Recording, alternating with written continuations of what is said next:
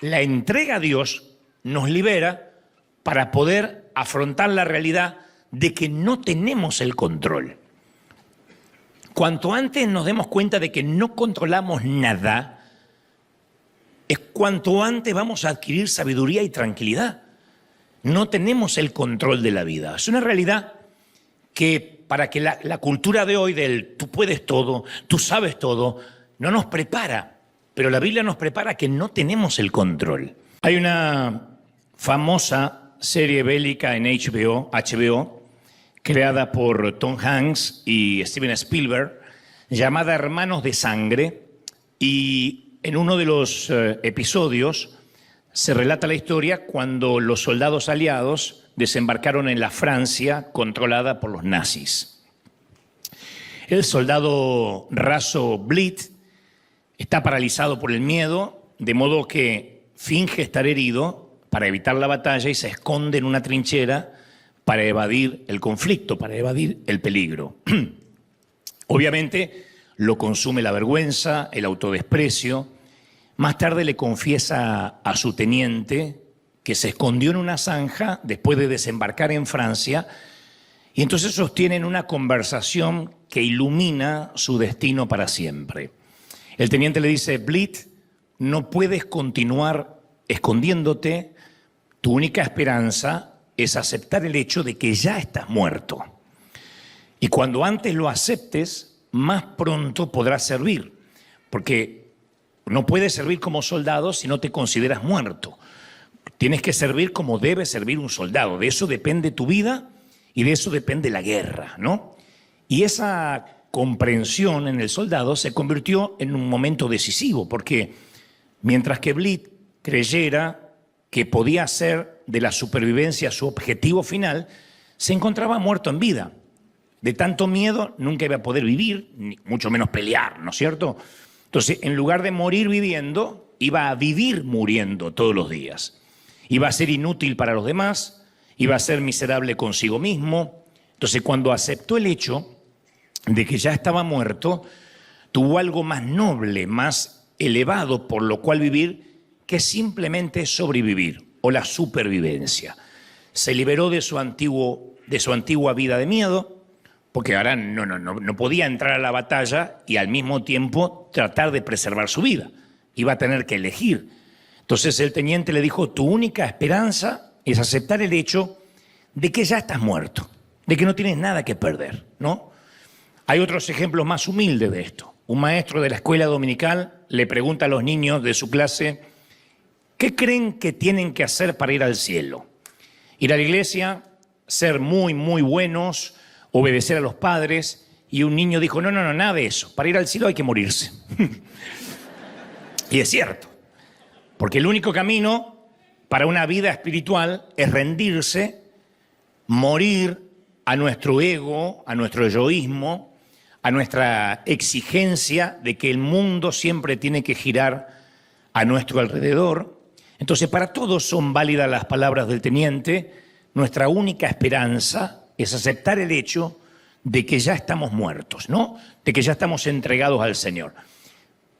Pero entregados de verdad, hasta la muerte. Pero solemos siempre vivir bajo la filosofía de, bueno, si el mundo gira a mi alrededor, si soy importante, tengo que lograr esto o lo otro. Y nos cuesta vivir pensando: no tengo nada que perder, por lo tanto nada que proteger.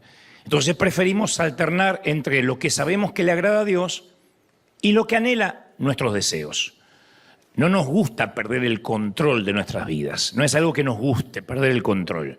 Podemos regalar parte de nuestros ingresos, pero siempre queremos hacer lo que queremos con lo que nos queda. Evitamos el asesinato, pero nos guardamos el resentimiento y el rencor. Nos abstenemos de la promiscuidad, pero damos rienda suelta a nuestra lujuria oculta.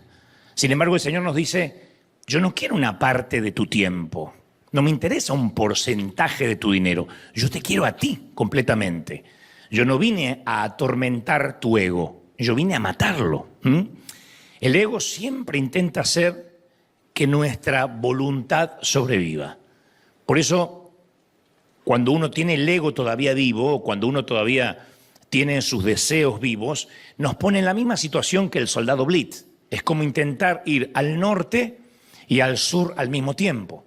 No se puede pelear la guerra de la vida teniendo miedo a perder la vida. Por eso el teniente le dijo, tienes que hacer de cuenta que ya estás muerto.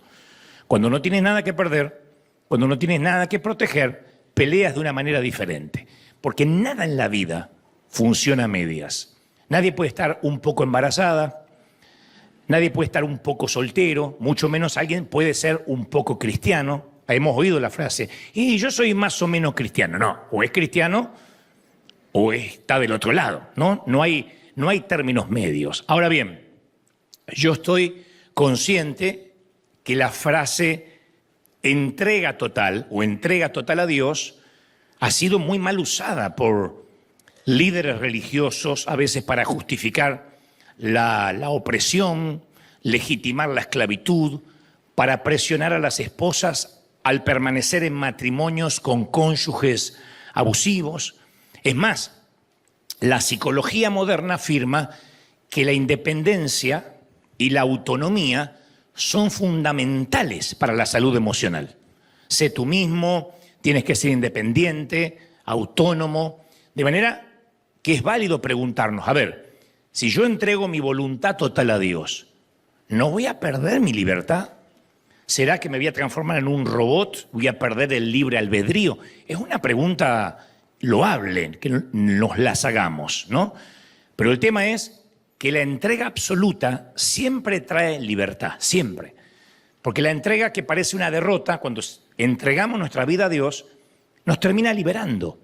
Cuanto más dependemos de Dios, más independientes somos. Parece un contrasentido. O sea, más dependemos de Dios, menos dependemos de nuestro dinero para nuestra seguridad. No es el dinero, no es Trump, no es el ministro de Economía, no son los ahorros, no es el crédito lo que nos da seguridad, no es el plan de retiro, es Dios que nos da la seguridad para vivir. Cuando uno tiene la seguridad en Dios, más independiente es.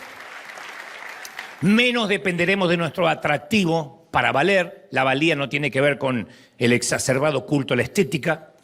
Menos dependemos de la aprobación de otros para nuestra confianza, para nuestra autoestima. Menos dependeremos de nuestro estado civil o de nuestros logros profesionales para nuestro sentido de identidad. O sea, no somos quienes somos por el título, por el diploma, por los papeles, por el estatus legal. Menos dependemos de nuestra salud para evitar la preocupación de la muerte, porque sabemos que la vida y la muerte le pertenecen al Señor. Entonces menos nos vamos a preocupar, menos dependemos de nuestras circunstancias para sentirnos en paz, porque tenemos una paz que sobrepasa todo entendimiento, la paz que nos hace estar tranquilos en tiempos de verano, en tiempos de invierno, en tiempos de otoño, en tiempos de marea baja, en tiempos de tormenta. Es más, la entrega a Dios nos libera para poder afrontar la realidad de que no tenemos el control. Cuanto antes nos demos cuenta de que no controlamos nada, es cuanto antes vamos a adquirir sabiduría y tranquilidad. No tenemos el control de la vida. Es una realidad que para que la cultura de hoy del tú puedes todo, tú sabes todo, no nos prepara. Pero la Biblia nos prepara que no tenemos el control. Uno dice, bueno, tengo el control de mi salud porque fui a hacerme un chequeo médico. Yo lo hago. Pero como digo siempre, un día Dios nos cierra el oxígeno, como lo pasó durante el 2020, durante la pandemia, y no tenemos el control ni siquiera de nuestros pulmones. Yo digo siempre, mi herramienta de trabajo es la voz. Y puedo dar conferencias, puedo ir a cualquier parte del mundo. Hace casi un mes, de pronto tuve problemas con la voz. Los médicos dicen, no entendemos porque no tienes faringitis, no tienes laringitis, pero aparentemente tienes que hacer ejercicios vocales, quedarte mudo 3 meses, lo cual para mí eso es imposible. Tienes que hidratarte, tienes que suspender tus giras. Y me di cuenta que ni siquiera tengo el control de mi voz. Que si me quedo mudo, no predico más. Entonces no puedo decir, bueno, yo gozo de buena salud. Si yo hablo, si hablamos, si respiramos, si desayunamos, si nos levantamos, si vamos al baño solos, es porque Dios lo ha decidido en su favor y en su misericordia, ¿sí o no? No tenemos el control. Hace poco un amigo publicó en sus redes que tras el avance del cáncer, él iba a ingresar a cuidados paliativos, que son los últimos cuidados que se le da al paciente antes de partir a la eternidad, ¿no? Que se sienta cómodo, que ya se le quitan los medicamentos y se le da solamente una suerte de aliciente o de calmantes para que el dolor no sea tanto y pueda estar con sus familiares. Esos son los cuidados paliativos. Y entre los numerosos mensajes de apoyo y de ánimo que le mandaba la gente, había un montón de frases de empoderamiento muy populares en la actualidad y le decían, vamos, tú puedes lograrlo. ¿Qué es lo que iba a lograr? Arrasar con la muerte. ¿Qué va a lograr? Yo decía, no puedo creer que le ponen, vamos, tú puedes, tú puedes. Él mismo estaba diciendo, voy a morir en paz, y le ponían, tú puedes, como diciendo, no, revélate a eso. Pero a veces no lo logramos. A veces eso nos tiene a nosotros y no tenemos el control. Pero cuando nos aferramos a la ilusión de que controlamos algo, es lo que a veces se denomina una positividad tóxica. Cuando decimos, sí, yo lo voy a lograr. Y eso no es hablar en fe, necesariamente. A veces es no ver la realidad. Entonces, toda la Biblia, desde Génesis hasta Apocalipsis, nos enseña a soltar lo que no podemos controlar y someternos a la voluntad de Dios. Toda la Biblia habla de eso, soltar lo que no podemos controlar y someternos a Dios. Pero toda nuestra cultura moderna nos enseña exactamente lo contrario. Nunca renuncies a tus sueños, sigue llamando hasta que esa puerta se te abra, piensa siempre en positivo, supérate en todas las cosas, superación personal garantizada.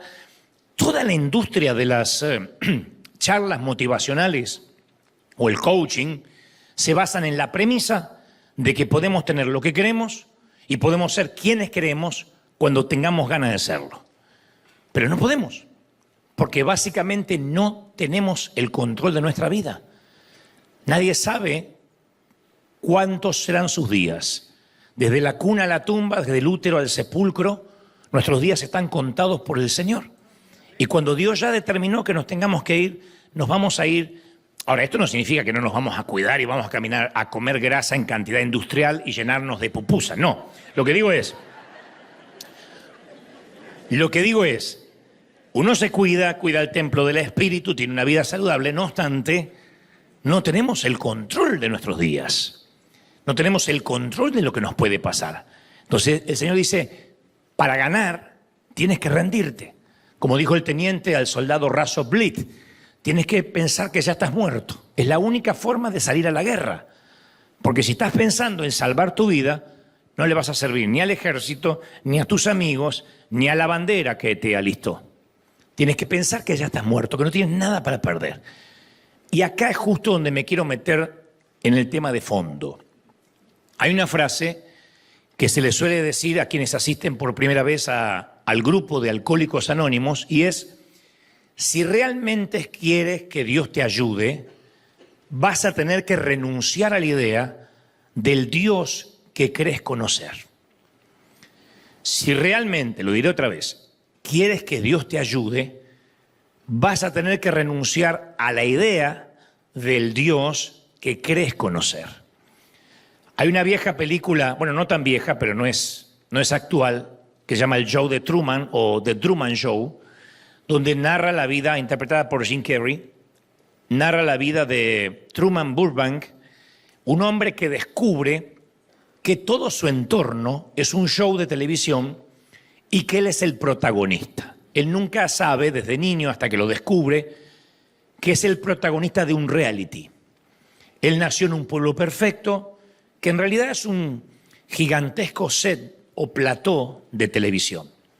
Y todo lo que hace, sin que él lo sepa, insisto, está grabado por miles de cámaras ocultas y visto por millones de personas en todo el mundo. Todo el mundo sigue el show de Truman.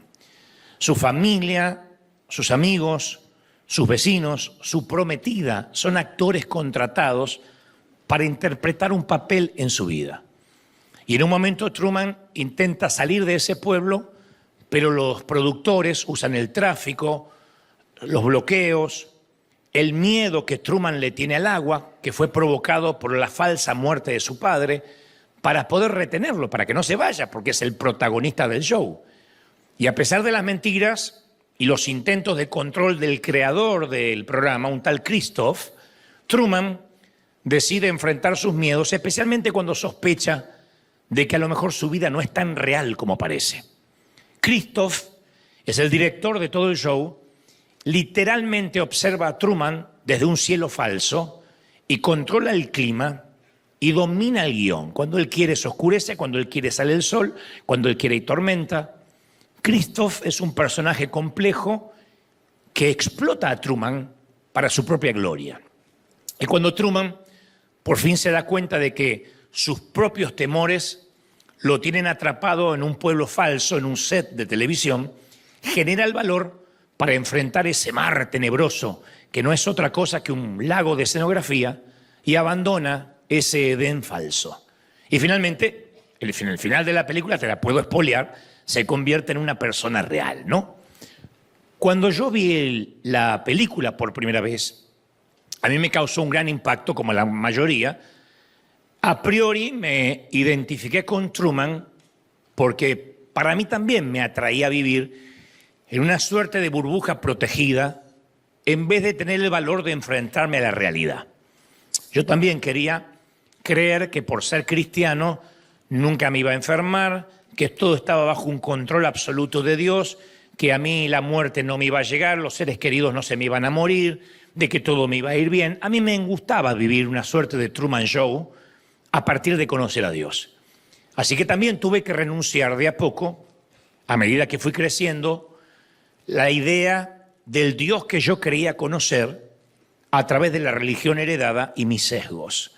Yo también confiaba en un Dios al cual yo podía frotar como la lámpara de Aladín y él aparecía y me cumplía los deseos, ¿no?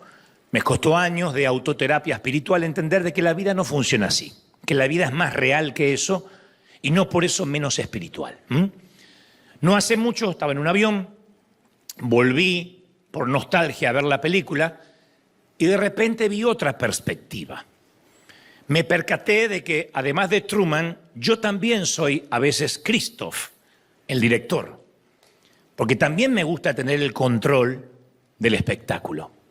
Yo quiero estar a cargo del clima, del guión, de los personajes, de los protagonistas, de los actores de reparto que me rodean, del resultado final.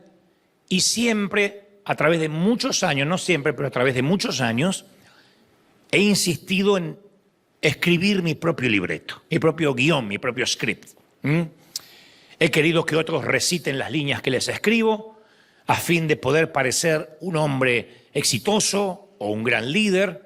He tratado de controlar donde debí haber dado libertad y en muchas veces en mi vida he justificado mi egoísmo diciendo, bueno, es que yo estoy a cargo de mi vida, yo así soy.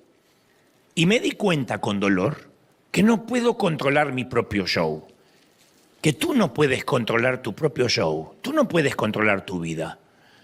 Pero durante años la cultura, incluso la cultura evangélica, nos dijo que podemos convertirnos en la estrella de nuestra propia película.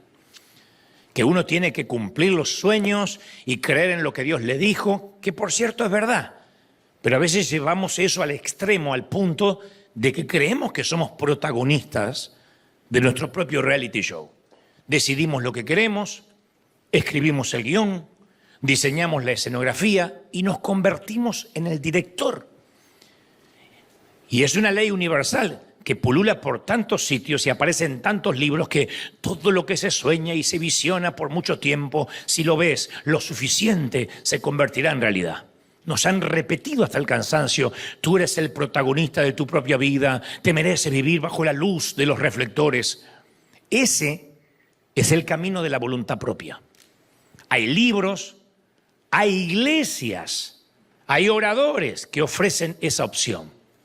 Tú eres el que tienes que estar bajo los reflectores. Hay gente que se va de las congregaciones porque no tiene un reflector. La mayoría de las divisiones de las iglesias es gente que no quiere servir a Dios. Hay mucha gente que sí quiere servir a Dios, pero hay otra que quiere que lo vean servir a Dios. Y como no puede hacerlo público, se va a un sitio donde sí tiene algún reflector o algún aplauso. Eso en términos de iglesia. Hay otros que buscan que el reflector esté en su vida en cuanto a la profesión, en cuanto a la pareja, en cuanto a la familia. Y cuando le toca vivir momentos de oscuridad, porque eso es parte de la vida, entienden que Dios está enojado con ellos, que hicieron algo mal, porque no pueden mantener el guión o no pueden estar al control de sus vidas. Pero ese es el camino de Christoph, es el camino del director de Truman Show. Alguien dijo que la mayor muestra del narcisismo espiritual es la idea que podemos lograr nuestro propio crecimiento espiritual. Gente que dice, no, yo voy a buscar la santidad y lo voy a lograr. No, yo voy a orar y voy a lograr que Dios me ame más. Eso es narcisismo glorificado. Creer que uno hasta tiene el control de cuánto Dios nos va a amar o cuánto Dios nos va a bendecir. Ahora bien, yo sé que todo esto de entregarnos completamente a la voluntad de Dios a veces es algo confuso, porque puede que pensemos que entonces la vida se trata de no tomar decisiones, de no correr riesgos, de dejarnos llevar por el flow, con cierto desdén, esperando la voluntad de Dios. No es lo que trato de decir. Dejar nuestra vida al control de Dios no es no hacer nada. Decir, bueno, me quedo en la cama esperando que Dios me envíe un trabajo. Me quedo en la casa esperando que la mujer de mi sueño venga a golpearme la puerta. No va a pasar. Te van a comer los piojos en el nombre del Señor. Nada más alejado de la realidad. Yo no hablo de desdén, yo no hablo de desidia, yo no estoy hablando de, bueno, déjate llevar por la vida porque todo está en las manos de Dios. No. No es lo que trato de decir. Hay una famosa oración muy popular, la habremos leído hasta en clínicas, en hospitales, en spa, en algunas congregaciones, se llama la oración de la serenidad, así se la conoce. El autor original es un teólogo estadounidense, la escribió en el año 1930 como una plegaria matutina, pero se hizo tan famosa porque fue adoptada por el grupo de Alcohólicos Anónimos y se repite al unísono en todo el grupo en el primer paso de los 12 pasos de Alcohólicos Anónimos. La versión corta de la oración de la serenidad es: Dios, concédeme la serenidad para aceptar las cosas que no puedo cambiar. El valor para cambiar las cosas que sí puedo cambiar. Y la sabiduría para conocer la diferencia. Es muy famosa. A todos nos gustaría una vida serena. ¿Quién no quiere una vida de paz? Creo que nadie dice, no, a mí me gusta pelear, nací para eso. No, todos queremos una vida de paz. Pero nacimos en el mundo equivocado para lograr la serenidad orgánica. No surge orgánicamente. Vive lo suficiente y verás, te vas a ver envuelto en conflictos. Entonces la serenidad exige la entrega a Dios, porque si vivimos a merced de nuestros deseos cambiantes, nunca, por cierto, satisfechos, nunca vamos a encontrar esa paz, esa serenidad, ese sosiego. Solo la lealtad plena a Dios puede darnos ese enfoque, esa serenidad, ¿no? La serenidad, ser alguien sereno, una mujer, un hombre sereno, que tampoco es un pusilánime. Es alguien que tiene bases sólidas, que no pierde los estribos fácilmente, ¿no? Esa serenidad, ese carácter temple, no se basa en circunstancias agradables. No es que dicen, bueno, el tipo es sereno porque vive en una cabaña frente al mar y ve todas las mañanas las tortugas marinas llegar a la... No. Uno puede tener serenidad en el medio del tránsito de Los Ángeles, ¿no? Serenidad en Tijuana, en Buenos Aires, ¿no? Serenidad en la final de fútbol. Uno puede tener serenidad. La serenidad es el resultado de encontrar una base sólida sobre la cual asentar nuestra vida, un fundamento firme. Semejante al hombre, dijo Jesús, que edificó sobre la roca. Cuando uno edifica sobre Jesucristo, uno es sereno ante la enfermedad, ante la crisis, ante los ataques, ante la economía cambiante. Uno no pierde el temple. Eso se llama carácter. Eso no llega cuando dominamos nuestro mundo exterior, sino cuando dominamos nuestro mundo interior. Si no, la serenidad sería un lujo de los millonarios que pueden comprarse una cabaña en el bosque, o quienes pueden tener un bungalow o un apartamento en un sitio apartado donde todas las mañanas lo visitan los pajaritos. No, la serenidad no es patrimonio del que domina el mundo exterior. La serenidad es patrimonio de quien domina el mundo interior. Quien dice, puedo estar donde sea, como dijo el apóstol Pablo, puedo vivir en abundancia, puedo vivir en pobreza, puedo tener escasez, puedo tener de sobra. En todo y por todo me alegro en el Señor porque hay serenidad, hay temple, hay carácter. ¿Me explico? ¿Sí? Bueno.